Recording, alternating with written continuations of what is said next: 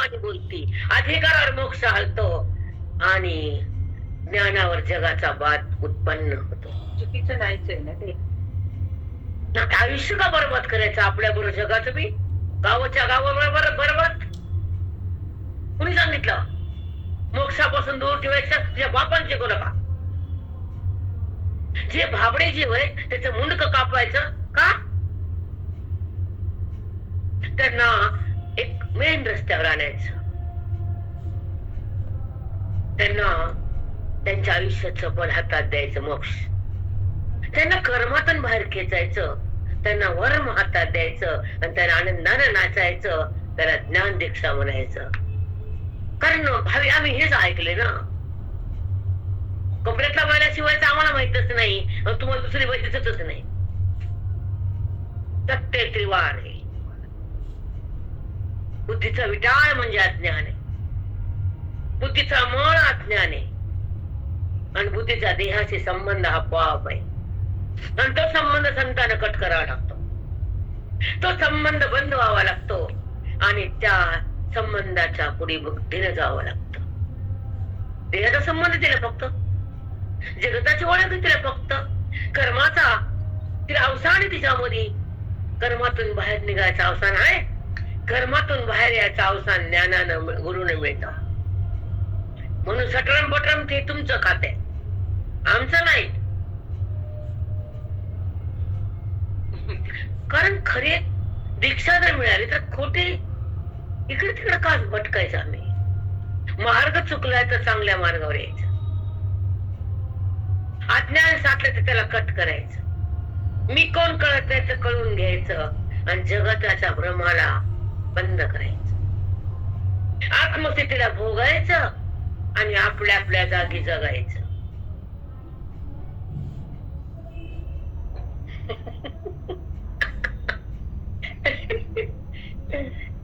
उगाच काही पण कुणाच्या नादी लागायचं का? कशामुळं? अधोगती म्हणतात त्याला, उत्तम स्थिती नाही. पण जेव्हा अधिकारच नाही तर माणूस कुठे भरकत? भरकटणं म्हणजे अनाधिकार. बुद्धी भरकटते ना, इकडं तिकडं तिकडं. आज ते सांगितले की कर्मयोगाशिवाय तो माझ्याकडे येत नाही अर्जुना. मी दूर नाहीये, मी कष्टाने मिळत नाहीये, मी भिन्न तुझ्यावर नाहीये आणि तू मला बाजूला करतोस, तर मी तुला कधीच कळणार नाही. म्हणून अद्वैत शास्त्र, अध्यात्म शास्त्र हे तुझ्यासाठी फार महत्वाचं आहे. मी तुला द्यायला आलो गीता. उद्धवाला भागवत आहे वृद्धावस्थेत, अर्जुनाला गीता आहे तरुण अवस्थेत. दोघाला त्यांनी स्वीकारले. भावाला मी नाही कोणतं दिलं ज्ञान, का म्हणतच केलं? अधिकार पाहिजे. अर्जुनावर अति प्रेम होता, अधिकार आहे, अधिकार आहे त्याचा. पण अर्जुनावर एवढं प्रेम होतं भगवंताचं तेवढं कुणावर नव्हतं. पार्थान सकान किरीटीन त्याला बघितले सगळं देवाला बाबा बाबा बाबा.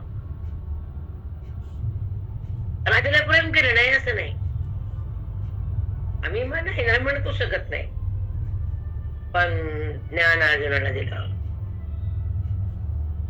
सखा म्हणलं सखा जीवलक, तस संत साधकाला जीवलक समजते, सखा म्हणते सत्का. खरं अनुभव आहे आम्ही आयुष्यात की महात्मे काय असतात, श्रवण काय असतं, साधकाला जीव कसे लावतात संत. जीव भाव बंद करतात, आत्मज्ञान आत भरतात, त्याचा अज्ञानाचा कळ पुसतात आणि त्याला तदाकार ईश्वराशी करतात. त्याच्या जन्म मरणाला संभवतात, त्याचा पाप पुण्याचा काळ थांबवतात आणि त्याला आतल्या आत ईश्वराशी अभिन्न करतात, त्याला संत म्हणतात. रामकृष्ण हरी. साष्टांग सद्गुरु माऊली. शास्त्र म्हणजे काय? अध्यात्म म्हणजे काय, अभेद म्हणजे काय, स्वानुभूती म्हणजे काय आणि मी म्हणजे काय, हे संताकडून शिकावं लागतं. हे हरिताई, हे संताकडून शिकावं. हे ग्रंथातून घ्यावं लागतं, वेदाकडे जावं लागतं, स्वतःला पाहावं लागतं, जीवनमुक्त व्हावं लागतं आणि सुखासंगत जगावं लागतं. त्याला महात्मा म्हणावं लागतं.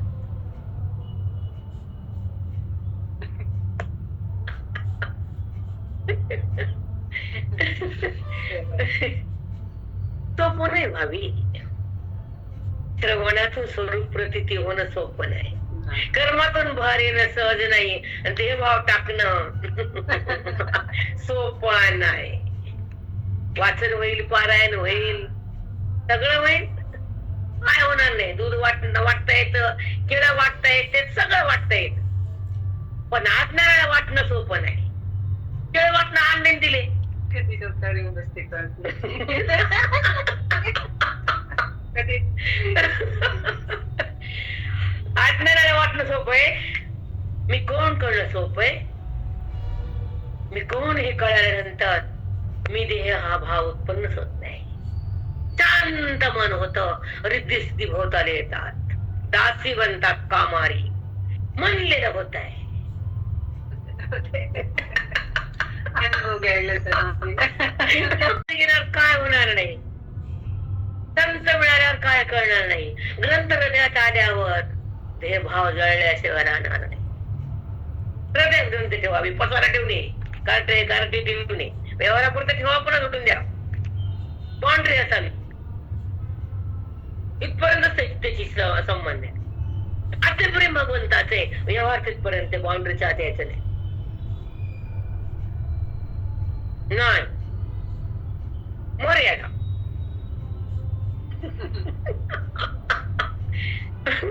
हे पसारा कुठपर्यंत साठवायचा, ही मर्यादा पाहिजे, लिमिट. अनलिमिट नाही. अनलिमिट संसार केला की मातीत गेला, आणि अनलिमिट परमार्थ केला की मोती झाला. म्हणून परमार्थ किती करावा, सत्संग कसा करावा आणि अज्ञानाला कसं बाजूला सारावं, हे साधकाला बस एवढं सांगायचं की श्वास घेताना, जीवन जगताना तुमच्या श्वास लिमिटमध्ये येतात. आणि अजून तुम्हाला सांगायचं राहिलं की जोपर्यंत ही बॉडी चांगली आहे, टका टका टका टक टका टका करत, तोपर्यंत आपण काम करतो. जर पुन्हा कुठला खेळा गेला,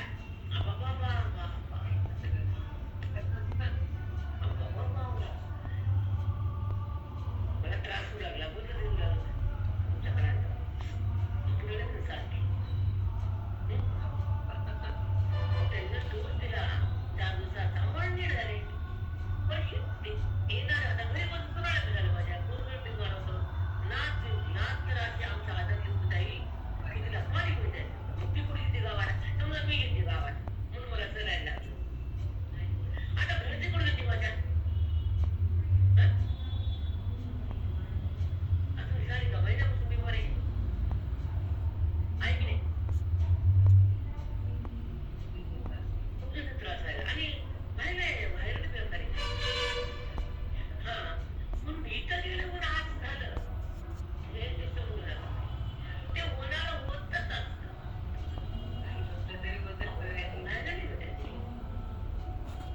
तुम्हाला एक सांगायचंय की आपण त्याच्यावर श्रद्धा ठेवली, त्याच्या प्राप्तीसाठी आपण जगलो तर तो आपले सहन करतो. बरं अपमान करतो नाही, त्या पाला काय हातात धर्मावरला गेले, काय करावं लागलं, ती मोठी आधी नेऊन ठेवलं का देवापाशी, त्याची पुढाली वाऱ्यासारखी आणि का धाव पूर्वी, मग तो करतो जाईल, तो सगळं करतो. हा, कुणाच्या ना कोण येतो आणि तो तुम्हाला सावरतो,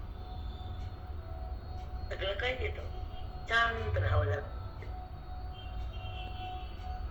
पण प्रयत्न कमी नसावा, परमार्थ कमी नसावा, कधीच नाही. आता कर्मयोग कसा आहे, त्या कर्मयोगाची वाट माझ्याकडे कशी येते, कर्म तुम बाहेर मन कसं येत आहे, बुद्धीतला भेद कसा जातो, देह भावबंद कसा होतो, आत्माराम कसा प्रगट होतो आणि मन शिवापाशी कसं राहतं, वेदांताचं खरं नातं हे सांगायचं आज मावडेला. आपण तिकडे जाऊ.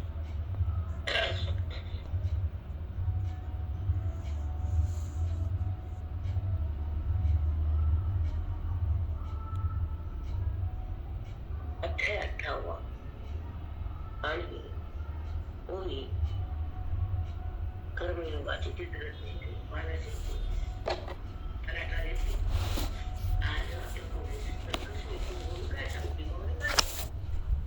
कर्मयोगात कर्मयोगिया कीर्ती चक्रवर्तीच्या मुकुटी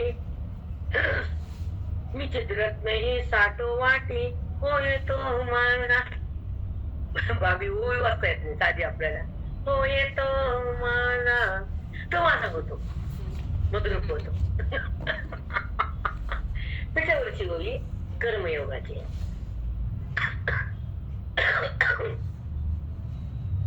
किंबहुनासे निखळ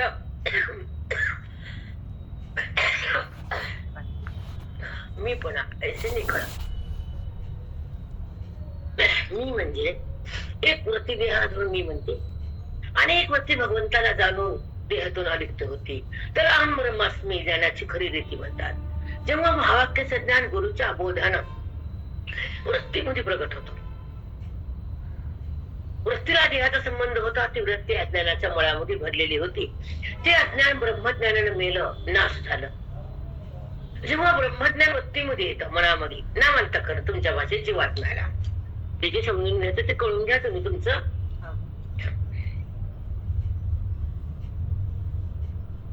तेव्हा अंतःकरणामध्ये अनादिकालची अविद्या म्हणजे भ्रम, त्याचं नाम भेद. वृत्तीमध्ये भेद उत्पन्न होतो तो अविद्येमुळे, आणि वृत्तीमध्ये वृत्तीचा बाध होतो आणि अभेद तयार होतो, आणि तो ईश्वर हृदयात प्रगट होतो. त्याचा संबंध सुरू होतो, देहाचा संबंध बंद होतो. अविनाशी परमात्मा सहज आहे तिथं स्थितीमध्ये वृत्तीमध्ये थांबतो, येतो आणि त्याचा सहवास तुम्हाला लागतो. तो ब्रह्मज्ञानी संत बनतो. भाभी ही वाक्य हृदयात ठेवा बेटा. तुमच्यासोबत यायला तुमचं भाग्य काही, तुमच्यासोबत ही चिंतन आहे. आज मला मॅडमकडे जायचं होतं पण नाही गेले, कंटाळा जायचं. नाही तर त्यांच्याकडे पाठी घ्यायचं होतं आज त्यांच्या समोर. ते तुमचं ठरलेलं असं. ती बाई काय म्हणत नाही, हा त्यांचं काय प्रेशर कशातच नसते म्हणा. पण जे जसं व्हायचं ते होणार नसते, आपल्याला काहीच नसते. जीवात्मा हा जन्माला करायचं कोणाकोणा, त्याला भगवंतापाशी का जाता राहता येत नाही, त्याला आपल्या स्वरूपाला का पाहता येत नाही, त्याला जीवनमुक्त का होता येत नाही, त्याला सुखाची अनुभूती का घेता येत नाही, तो परमतत्वापाशी का जात नाही, तो जडाला तुम का निघत नाही, तो भ्रमाला का टाकत नाही, त्याची वासना का संपत नाही. हे प्रश्न तुम्हाला आहेत, बरोबर आहे ना. जोपर्यंत सतसंगती नाही, जोपर्यंत श्रवणाची धार नाही, जोपर्यंत अज्ञानाची शक्ती संपत नाही, तोपर्यंत परमात्म्याची अनुभूती तुमच्या बुद्धीला होतच नाही. अनुभूती मग देहाची, जगताची, विषयाची, नात्याची, काय खोट्या पदार्थाची कवर घ्यायची ती घ्या मला, पण बुद्धी खऱ्यात नाही.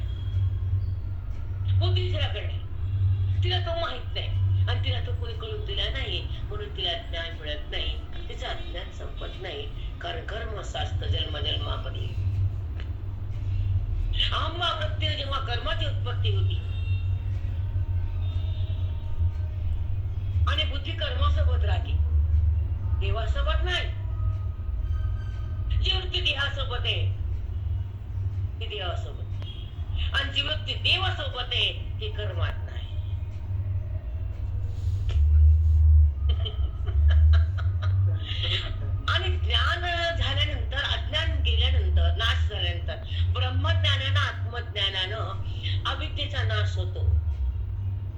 आणि वृत्तीचा बाध होतो, देहभाव बंद होतो, परमात्मा प्रगट होतो आणि दोघांचं ऐक्य होतं. आधीच असतं, त्याच्या अनुभूती सुरू होती. जीवाने शिव दोन नाहीतच, त्याच्यामध्ये अंतर नाहीच आहे, पण मधी माया आली, अविद्या, आणि तिनं बाजूला केलं तुम्हाला नाम बुद्धीला, म्हणून तो जीव बनला. आता जीव नाहीच त्याच्या विना, त्याला सोडून जीव सिद्ध होत नाही, प्रत्येकाला कळत नाही. तेवढी शक्तीच नाही बुद्धीची, त्रुटी अंतःकरणाची, का नाही मनाची, संबंध देहाचा, अनुभव या खोट्याचा, खऱ्याचा कुठं. म्हणून जो संबंध आहे तो प्रगट होतो, तो आत्मसंबंध आहे. मी आत्मा आहे, मी देह नाही. मग मी देह वाटतं वासनेमुळे, पापामुळे. शेवटचं उत्तर भेदा.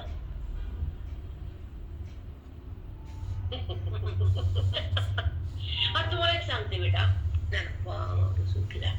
तुम्हाला एक सांगते, आता सोबत माझ्या वृत्तीमध्ये अंतःकरणामध्ये भेद आहे का, भेद आहे हे तपासता येतो का? शुगर सारखं मशीन पाहिजे होती तपासायला, कट कट कट मारा धुतल्या त्या मी. कोण वैरागी, कोण दोषी, कोण हपापलेले, मशीन पाहिजे होती, मशीन. जसं ब्लड तपासायला मशीन असते, ते मशीन सांगते टायफॉइड आहे का, बिमारी आहे का, मुनी आहे, सांगते ना मशीन. तसं भगवंत पण मशीन आहे वरी बसलेला, तो सांगतो. भ्या त्याला भ्या, कळत नाही आपल्याला. तुम्ही थोडा आता ऐका, वृत्तीमध्ये भेद उत्पन्न का होतो? बुद्धी ही भ्रमिष्ट का बनते, देहाला का माझं बनते, ती स्थिर का राहत नाही, असं ओळख का होत? त्या वृत्त जन्म का थांबत नाही आणि ते स्वरूपाकडे का जात नाही? जगताकडे ना, देहाकडे, कर्माकडे, वासनेकडे, मोहाकडे, मीपणाकडे. सदा सदा अहमच आहे, सोम कुठे? मी देह, मी देह म्हणजे कर्तेपणा, आणि सोम म्हणजे साक्षीपणा.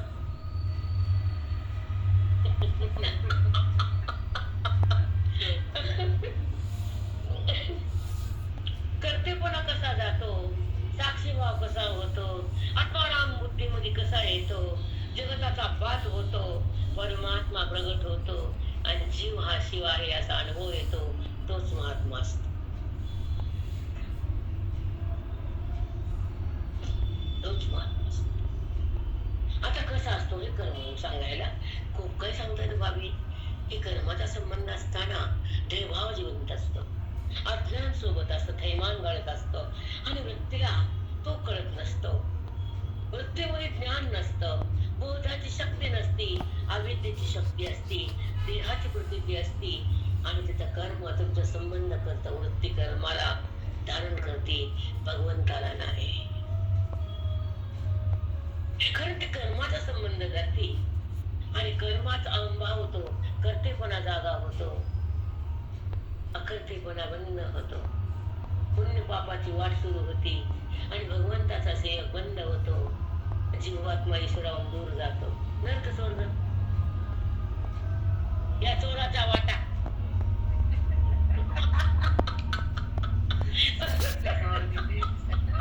या चोराच्या वाटा. नाही तर ज्ञान झालं आणि दुसरं काय करत बसावं, जमते का ते? नाही. आम्हाला चोराच्या वाट्याकडे जायचंच नाही, आम्हाला आमच्या स्वरूपाकडे जायचंय, आत्मानुभव घ्यायचा आहे. कर्माला फक्त बघायचंय, कर्माचं फळ नाही मागायचंय. एक लक्षात ठेवा, कर्माला पाहणारा आणि कर्माचा संबंध घेणारा वृत्त्या दोन आहेत. एक वृत्ती कर्माला फक्त पाहते साक्षी भाव, आणि एक वृत्ती कर्मामध्ये राहते विकार भाव. विकार हा वेदातून तयार होतो आणि साक्ष भाव हा अभेदातून उत्पन्न होतो, आणि तोच महात्मा असतो.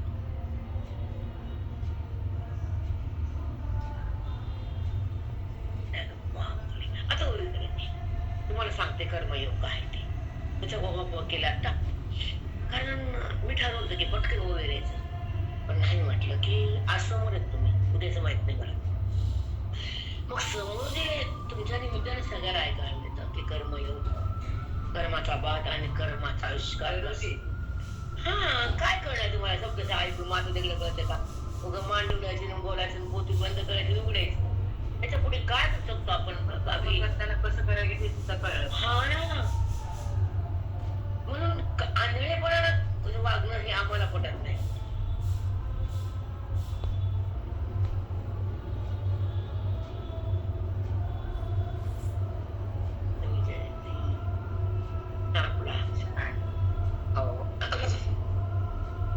आपलं धर्म जिवंत राहिलं ना त्यामुळं. मी संभाजी शास्त्री बघतो त्याच्यात मला खूप काही मिळतं. तो काळ समोर येतो. सतत बघतो. मला आवडतं ते शिवाजी आणि संभाजी. केवढे कष्टाने केवढे स्वराज्यासाठी बलिदान. कातडी काढली, कातडी डोळे काढले. तो राजा नागताची बघा अवस्था कंडिशन.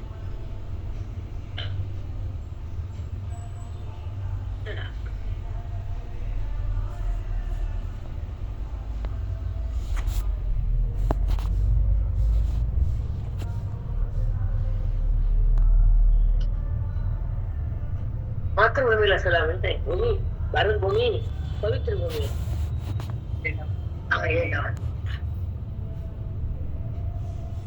आता ऐका, आपण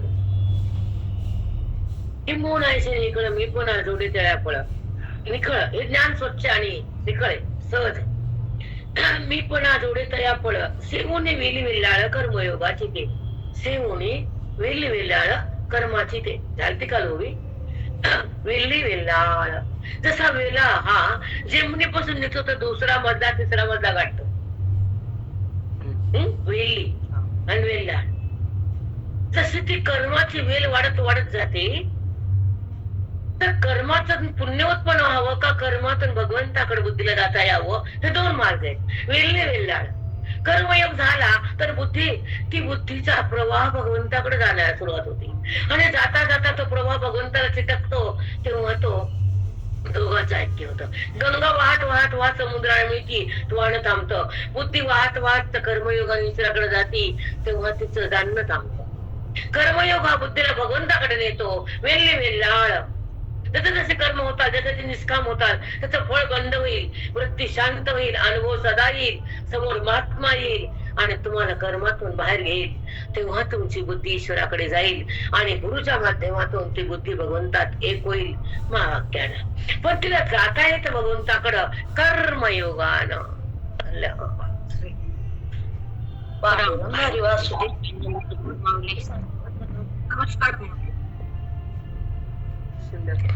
सुंदर विचार ओवी मधून काय भेटलं आपल्याला आतापर्यंत? काय किती वाईट वाटावं की देवा काय का होईना तू कळवून द्यायलास. माझं आयुष्य पडायच्या संपायच्या आधी तुझं ज्ञान हृदयात थैमान गायलं, तेव्हा तिचे कोटी उपकार आहेत.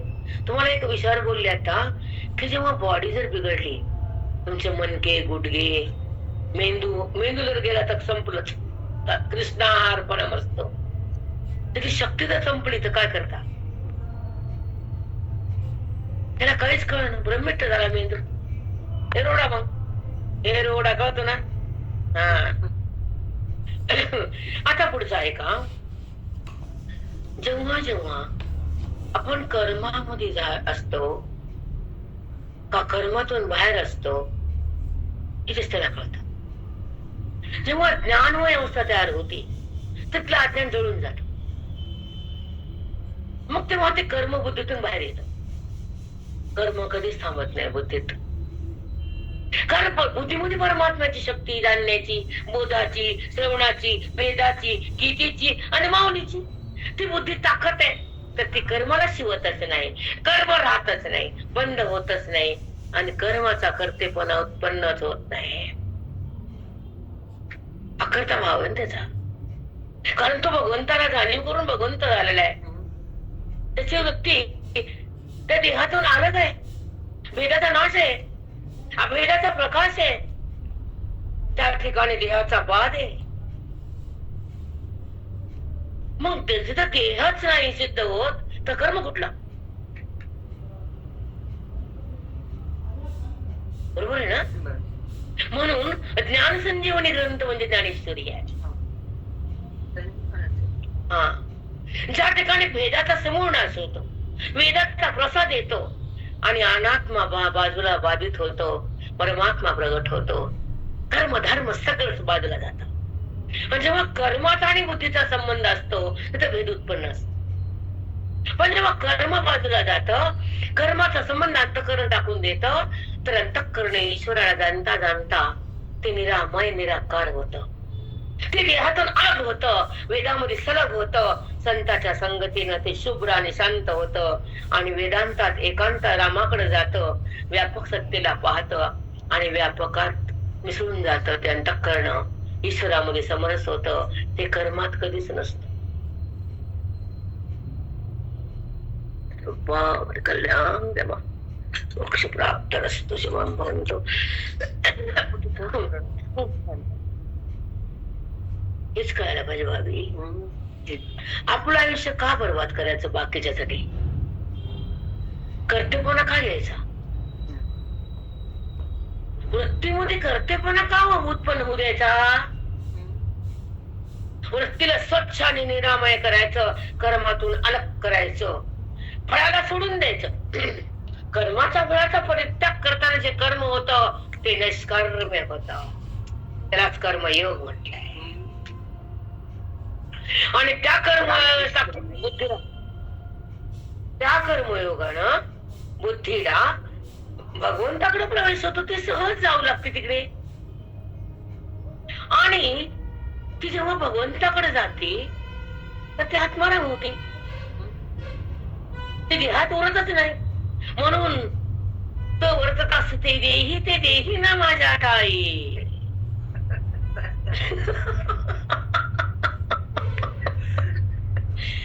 तो वर्तत असता देही, तो देही ना माझ्या ठाई. एवढी तर फलीभूत झाली, वाचली नाही. वाचणारी खंडीचे पिंडी देहात जरी दिसला तरी देह नसतोच ना तो. कर्मयोगानं त्याच्या बुद्धीचा प्रवाह माझ्याकडे येतो आणि तो मद्रूप होतो. हे सांगायचंय माऊलींना. गंगा वाहत आली, समुद्राला मिळाली, एक रूप झाली, वाहन थांबलं. समुद्रात आली ती, तिला जे पाहिजे ते स्थान मिळालं.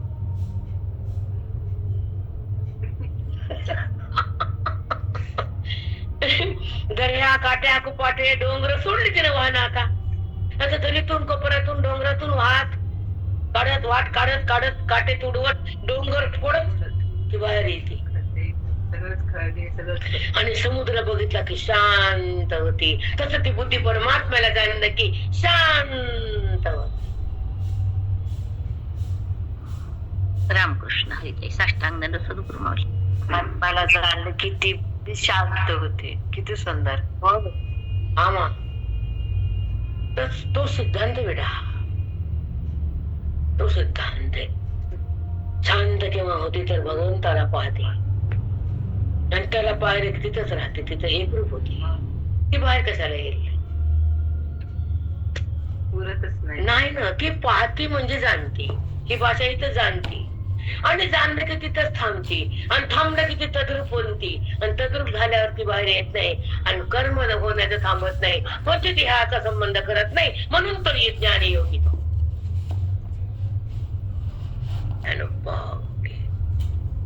म्हणून तो ज्ञानी योगी साक्षात ब्रह्म झालाय. आता काय उरले सांगा? देवाचा देव बनला तो. सांगा. देवच होऊन गेले. खरंच ही सिद्धी ही स्थिती, ही अनुभूती सतत भोगावी. हे ज्ञान आहे बेटा. हे काही साधी भाषा नाही. बडबड बडबड कथा आली, डोंगरावर गेली, तपश्चर्या केली, पुन्हा आली, त्याला 2 पोरं, त्याला 3 पोरी, कवर ऐकायचं नाही. त्याला पोरी आम्हाला 5 पोरी, चलू द्या. त्याने ह्याला दिली, त्याला दिली. अगोदरच आहे धर्मशास्त्र, हे वेदांत शास्त्र आहे, हे अज्ञानाचं कापण्याचं अस्त्र आहे. ते कथा आहेत. आणि अज्ञानाची व्यथा बंद करणार वेदांत शास्त्रे. तिकडून पुन्हा इकडे यायचं असतं. आटो सोडायचाच. कथा माहितलं भगवंताची आहे ना. कुठं होते ते, कुठे काय करावं, आता काय करू नये, कशात राहावं, कशात रमावं, कशाला जाणावं, कशाला बघावं, कुठून बाजूला व्हावं, कुठं जीवन मुक्तीत यावं, कुठं स्वतःला पाहावं, किती अनुभवाला भोगावं. अनुभवात जगा, भावात नाही. अनुभव त्याचा असावा, सतत यावा, देहाचा अनुभव संपावा, वृत्तीने जगाला टाकावच, विवेकात जगावच आणि वैराग्याला भोगावच. हो ताई, रामताच्या कधी ताई साष्टांगानं सद्गुरु माऊली. वैराग्याशिवाय त्याची प्रतीती नाही, विवेकाशिवाय तो कळत नाही, आणि संताशिवाय तो मिळत नाही. विवेक संताशिवाय मिळत नाही नाही नाही नाही. आणि कसं आहे बेटा, कलियुगात असे रत्न बाहेर पडायचं तर त्याची किंमत नाही. कधी रेकॉर्डिंग टाकलं ना त्यांना, 9, 12, 15 असतात लोक ऐकणार सुद्धा, बाया संघ असणार सुद्धा बघत नाही. मला आता एवढं चिंतन छान वाटलं. त्यांना वाटते बाई रिकाम टेकडीला काय काम आहे, रोजच ऐकायला भेटते की डबल कशाला ऐकायचं. तुम्ही आता काढून पण करून बघाल लिंक. बघितले 7 लाईक. कोणत्या तुम्ही 7 लाईक मी केलं तेव्हा 7 होते. ऐकत ना ते लोक डबल. म्हणून इथून पुढे वाचायचा प्रयत्न करायचा. खरं समोर हो हो म्हणणारे, डुलणारे, म्यूट काढणारे ते सुद्धा डबल ऐकत नाहीत. हेळसांड होती बेटा, हेळसांड. एवढं सुंदर हृदय फाटून ज्ञान पाऊस टाकते. पण त्या कलियुगात त्याची किंमत नाही. नसू द्या, त्याची आपल्याला गरज नाही. कुणी किंमत करा. मला मॅडम, मला ताई तुमचे 1 जण ऐकू का 2 आहेत, तुम्ही विचार करू नका. तुमचा पाऊस टाकत चला. त्यानं ओळखलं तुम्हाला, बाकीच्या ओळखीला काय देणे गेले. शेळ्या आणि मेंढ्याला काय कळतं का? संत महात्मा कळत नसत.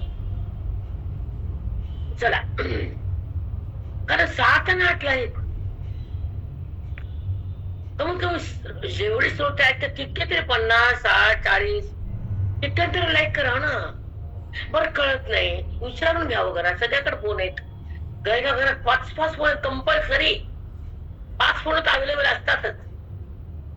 समजा ठरवलंय की ना की 5 फोनातून रोज लाईक करते तर किती होतील विचार करा. बरोबर आहे का? कारण मला एक सांगायचे कशामुळं की खऱ्याची किंमत कलियुगात नाही, कदाच नाही. अंतरात नाव ठेवते नाही. त्यांना म्हणत का सांग बरे गोवी नाही सांगता.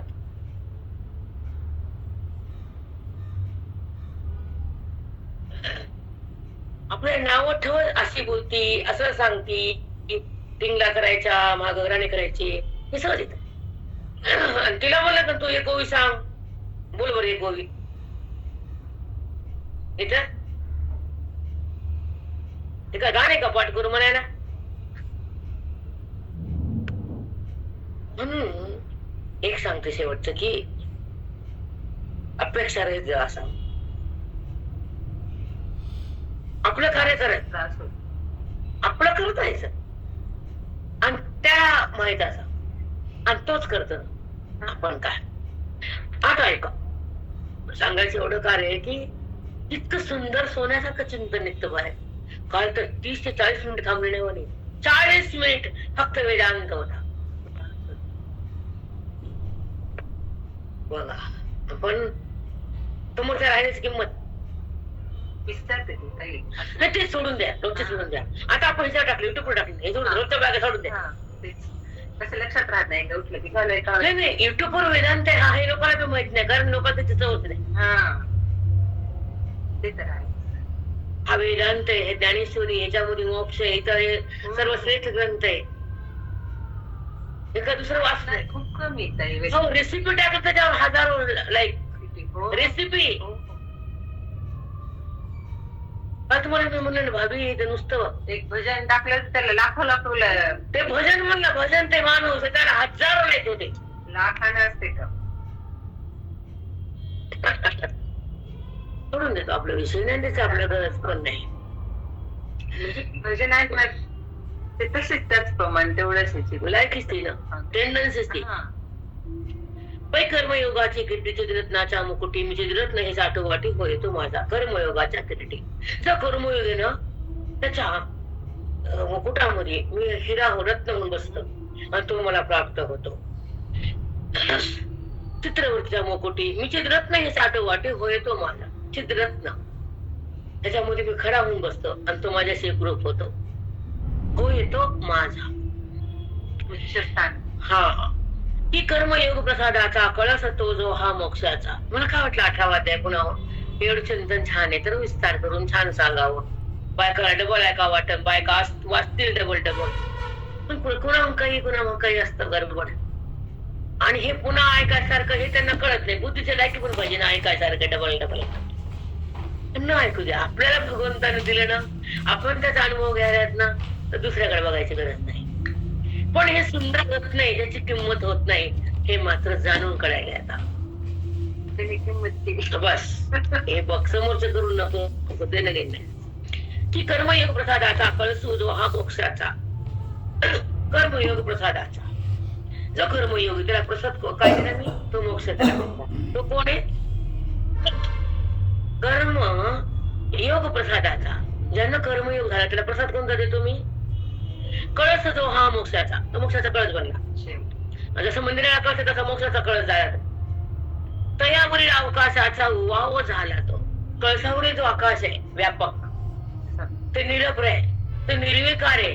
तसा तो व्यापक आहे, निरभ्र आहे, असंग आहे आणि निर्विकार आहे. तसा ज्ञानी झाला असं माऊली बोलते.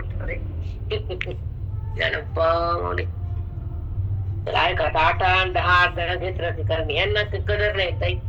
आपण मी जास्त घाटायचं नाही. घसलं की घंटा गुंड येते वाचून दाखवायचं. आता इथून पुढे 10 वाचायचं. मोरू द्या, जाऊ द्या. ऐकत होता इतक्याने असतंय अडचणी एखाद्या. नाही बेटा, नाही. मला कळून चुकलंय की आपल्या अनुभूती आपण नाही. ह्यांच्यासाठी पण करावं मी, देणं नाही घेणं. त्यांच्या असं का करू मी? काय संबंध मला? माझा संबंध त्याच्याशी आहे. हजार नाही का एका नाही का सावस्य नाही आपला. पण कलेमध्ये खोट्याच अवडंबर आहे.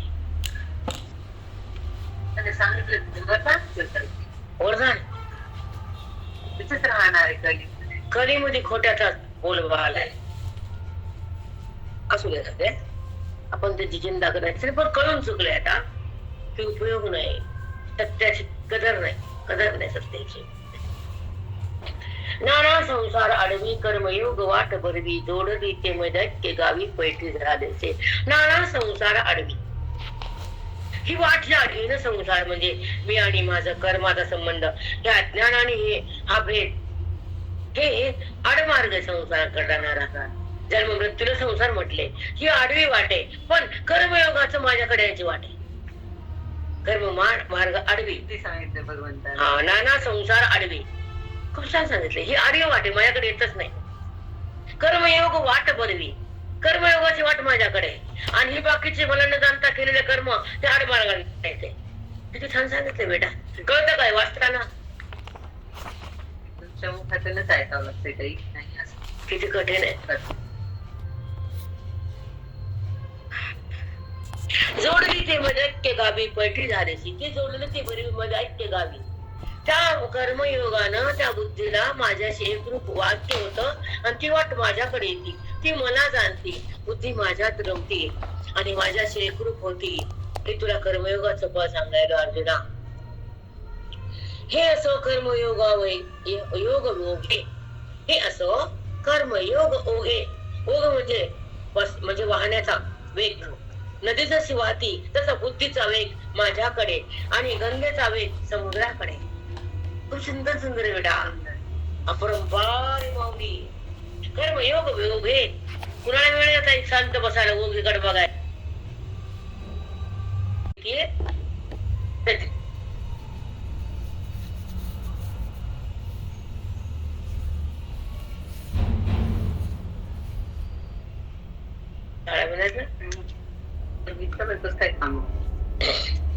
आता आहे का आपला विषय काय होता की कर्मयोग. कर्मयोग भोग हे योग म्हणजे त्याचा प्रवाह. ज्यांना कर्मयोग बनला ज्यांचा, त्या कर्मयोग बुद्धीला त्याचा वेग माझ्याकडे बुद्धीचा. जसं गंगा वाहताना ती समुद्राला उडकते, त्याचा ओघ समुद्राकडे असतो, तसं कर्मयोगाचा ओघ बुद्धीचा माझ्याकडे असतो. कर्मयोग ओघे शब्दाला प्राधान्य द्यावं लागतं. ऐका आता, हे असो कर्मयोग ओघे तेने भक्त चित गंगे. कर्मयोगीचा बुद्धीचा ओघ माझ्याकडे, तर त्यांची जी चित गंगे, चित म्हणजे ज्ञान आणि भक्ती, जाणण्याची भक्ती ना भगवंताला, पाहण्याची भेदातून आहे आणि जाणण्याच्या भेदातून आहे आणि कळण्याच्या श्रवणातून नाही, एक होण्याची महाभक्त्यातून आहे भक्ती.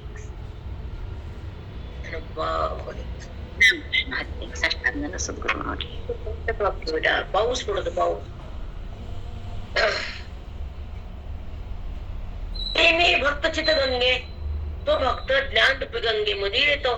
भक्त चित गंगे, ती गंगा वाहताना समुद्राला मिळते आणि ही बुद्धीची कर्मयोग रूपी बुद्धी झाली गंगा. म्हणजे गंगा कोणती? चित्त गंगा, ज्ञान रूपी गंगेमध्ये आली. ज्ञान म्हणजे मी आहे, अज्ञान मध्ये जगत आहे. तिला जेव्हा जगत भाव जागा असतो तर मी नसतो. जेव्हा जगताचा बात करून ती मला जाणती, कर्माचा कर्म योग करून घेती आणि कर्माला सोडून ती मला जाणत राहती, तर त्या बुद्धीच्या अभेदाची शक्ती तयार होते.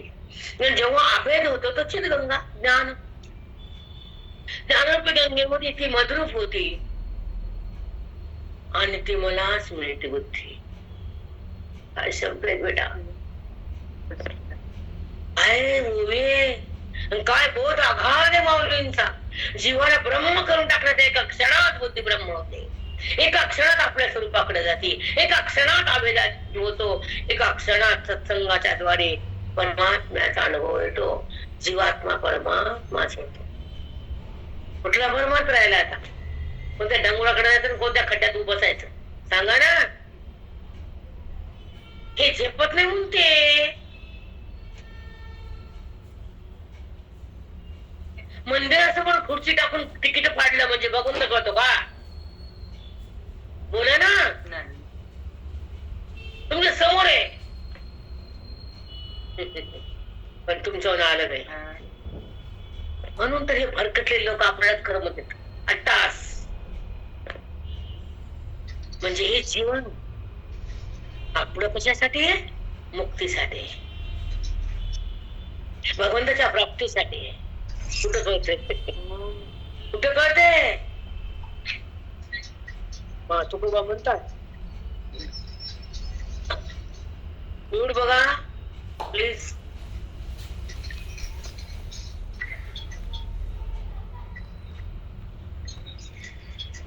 कोण बघा व्यासपीशी कोण कुठे फिरायला बघा. केलं माहिती, प्रत्येक महिला बघा म्हणजे बघा. दिसत नव्हतं माऊली बघा. केलं माहिती, त्याने केलं माऊली, म्यूट केलं. ऐका, तुका म्हणे गरगरा फिरे भवंडी येता गमगिरी.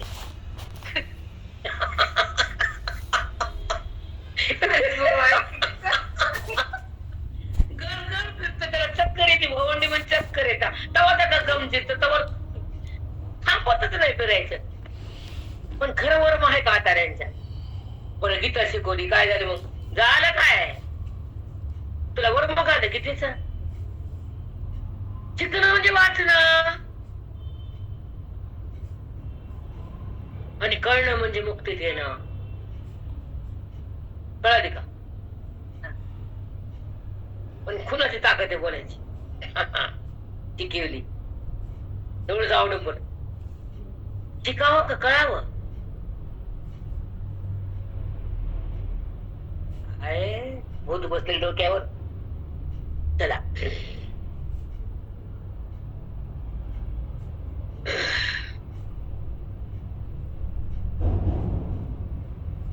एक मिनिट. ओघे ओघेपर्यंत आलतो आपण. हे असो कर्मयोग दोघे तेने भक्त चिदगंगे मी स्वानंद दधी वेगे ठाकीला की गा. स्वानंद दधी ओघे ठाकीला का. स्वानंद म्हणजे स्वच्या अनुभूतीमध्ये जो व्यापक त्याचा अनुभव येतो. समुद्र दधोई म्हणजे समुद्र जेवढा व्यापक आहे, किती पाणी कळत नाही तसा त्याला माझ्यापासून काहीच कळत नाही. सगळा मी त्याला दिसतो, बाकी काही दिसत नाही. ते शब्द आहे स्वानंद दधी. तो दधी म्हणजे समुद्र. म्हणजे जसं समुद्र व्यापक आहे, पाणीच पाणी, तसं त्याला मीच मी. त्याला म्हणे स्वानंद. स्वानंदो दधी म्हणजे स्वानंद समुद्रामध्ये तो सदाकार होतो. तसा समुद्र तिकडे तिकडे पाणी दाखवतो, तसा त्याला माझ्याच अनुभव येतो. त्याला म्हणायचं स्वानंदो दधी. वाटत आहे आपण एका शब्दाकडे. काय टर बोट फिरतो आणि डुलत डुलत घरी येतो. मी वाचली त्यांनी जगाला सांगायला नागासारखी डुलती बाई आजची आजची आज.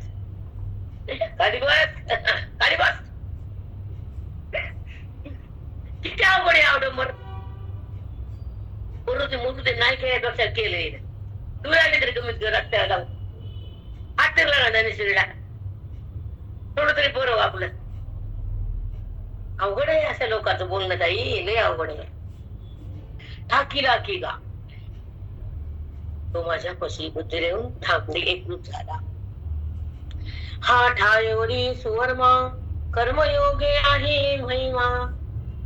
ठायवरी जिथं मी तो तिथं.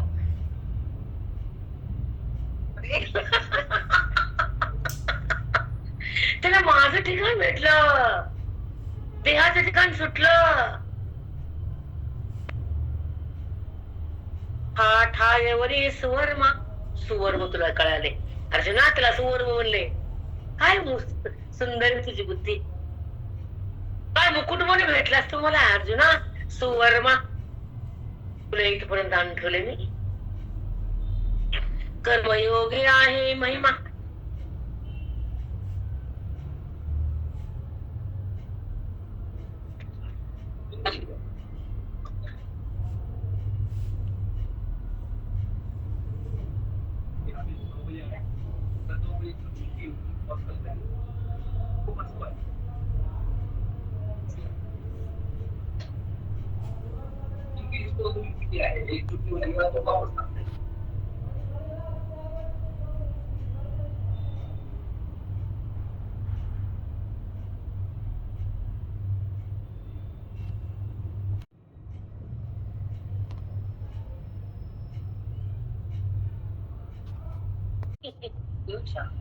असं कर्मयोगी आहे महिमा. महिमा म्हणजे महत्व. कर्मयोगाचं काय बोले, काय महिमाने, काय त्याच्यात ताकद आहे कर्मयोगात. म्हणून वेळा तुम्हा सांगतो आम्ही. आतापर्यंत मी सांगत आलो ना. वेळोवेळा तुम्हा सांगतो आम्ही. काय भगवंत बोलले तुला वेळोवेळ सांगितलं मी कर्मयोगाची महिमा. आता कर्मयोगाचं बोल दिलं तुला माझी प्राप्ती करून दे. तू माझ्या हात आहेस. तू देहावर नाही चालतो ना. हे भगवंताला पण कळते. सांगायचं करू नसतो देवाला. हे देशे काळे पदार्थ मी तुम सिद्धांताला सुरुवात आहे. बाबी आपल्याला कळत पण नाही तुम्ही काय माऊली बोलायचे, काय सांगायले. दृष्टांत आहे काय, सिद्धांत आहे काय, काय बोलायले. का बुद्धी सागर होईपर्यंत, अधिकार उत्पन्न होईपर्यंत कळत नाही.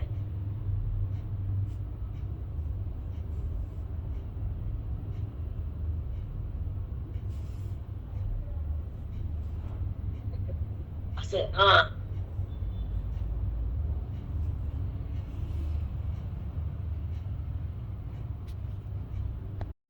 पदार्थ साधूने घेईजे माथे.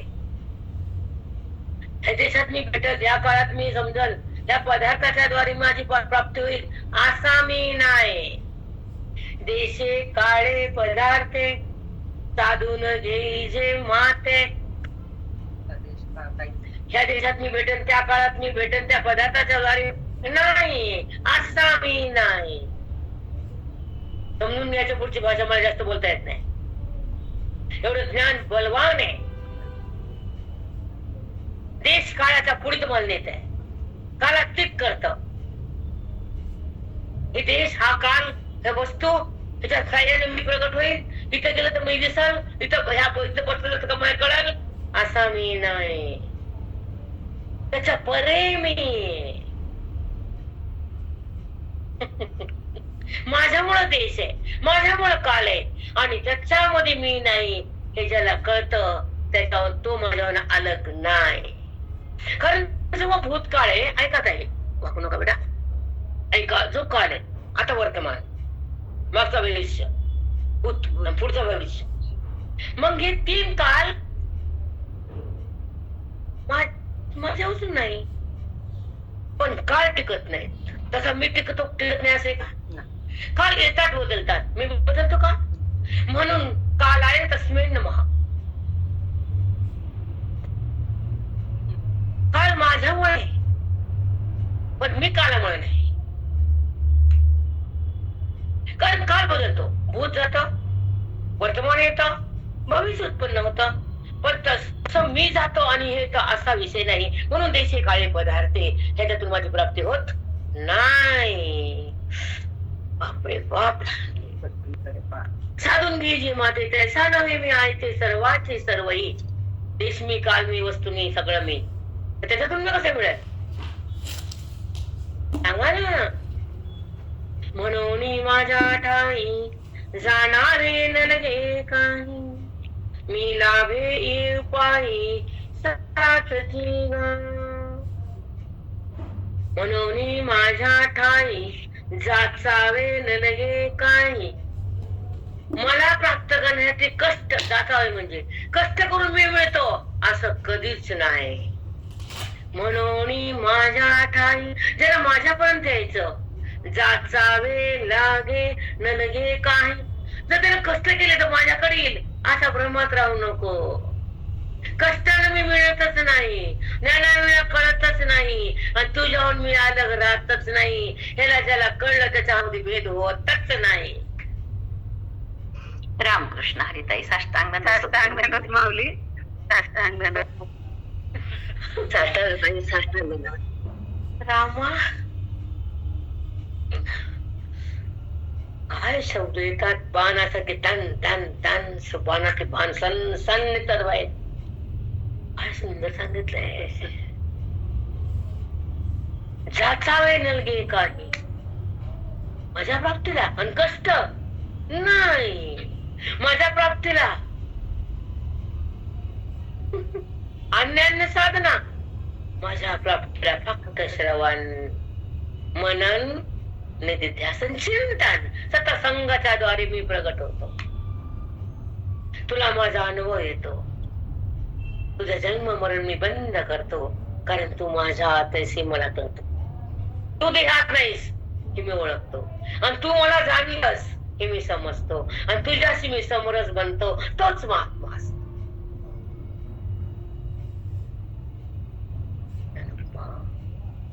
म्हणून ही अनुभूती नाही चिंतन आहे बेटा.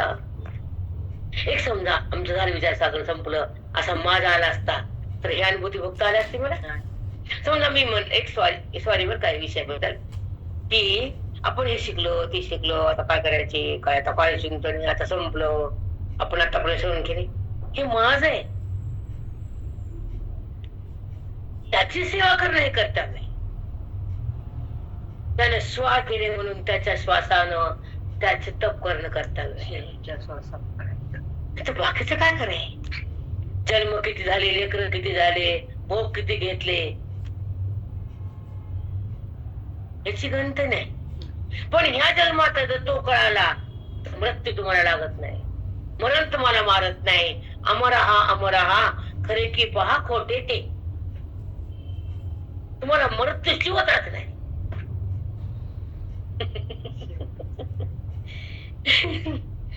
अवघड आहे अध्यात्म, फार अवघड आहे. चला थांब, अवघड झाला. म्हणून माझ्या ठाई जाता गे काही, मी लाभे ए उपाय साचची का. मी लाभतो तर उपाय हाच आहे श्रवणाचा. हे खरं सांगतो साचची का. मी लाभे ए उपाय, ह्या त्यानं उपायानं, ह्या श्रवणानं, ह्या गोवीनं, ह्या अभय भक्तीनं मला लाभ होतो. कष्ट करून मी लाभ होत नाही माझा. हे सगळ्याला कळावं. कष्ट करू नका. काका म्हणायचे की ढेंबर पाणी पिऊन मरू नका. निर्जल एकादशी श्रवण करा, मारू नका प्राणाला. मग आम्ही कशामध्ये एवढं 8 तास करत नाही. आहे नाही बाबा, हे काय मारत त्यात मेरा बिनकामी. त्यांना आवडत नव्हतं उपास काय, चिंतत का. हा, तुमचा कुलधर्म करा, पण मी सांगितले जाता नाही लगे काही.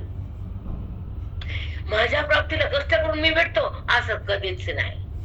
आणि मग कसं मिळतो. मी लाभे ए उपाय, लगेच सांगितलं. ह्या श्रवणानं माझा लाभ होतो. सातची गा, मी खरं बोलायलो तरी बाहेर कळत नाही आपल्या. हे मूग मोज, खसखस मोज, काय कीच मोज, किती ताप आहे ते, किती ताप आहे. बरं मोजलं तर मी केलं म्हणायचं. ते पुण्य, ते हिशोब देवाला द्यावा लागतो. तुझ्या खसखसीचा, तुझ्या फुलाचा, तुझ्या बेलाचा, त्याला काम लावते देवाला. मग हे एवढं केलं, ह्याला तेवढं द्या, ह्याच्या खात्यात ते टाका. त्याला ताप करून ठेवती बाई. मोज पदर मोजत्यात, वाचीची मुग मोजत्यात. असं येत आम्हाला बघून तरी ते. मोरू दे वाटतात न केल्यापेक्षा बरे. पुढं मग काय खसखस काही जागाच नाही त्यांना. हे करा ना. हे विश्वास पुन्हा आहेत का. देह पडला तुझ्या फोटोला कोणी बघताय का पुन्हा. काढा मग फोटो तिकडे ठेवून द्या. दुसरी पिढी आणि पहिली पिढी पुस्तक त्याला.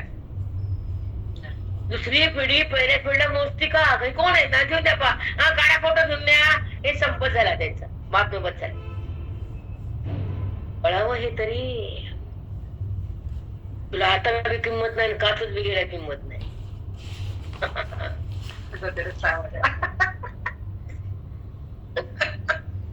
पंढरी गुरुदार विठ्ठल, श्री गुरु ज्ञानदेव तुकाराम, पंढरीनाथ की जय. माऊली ज्ञानी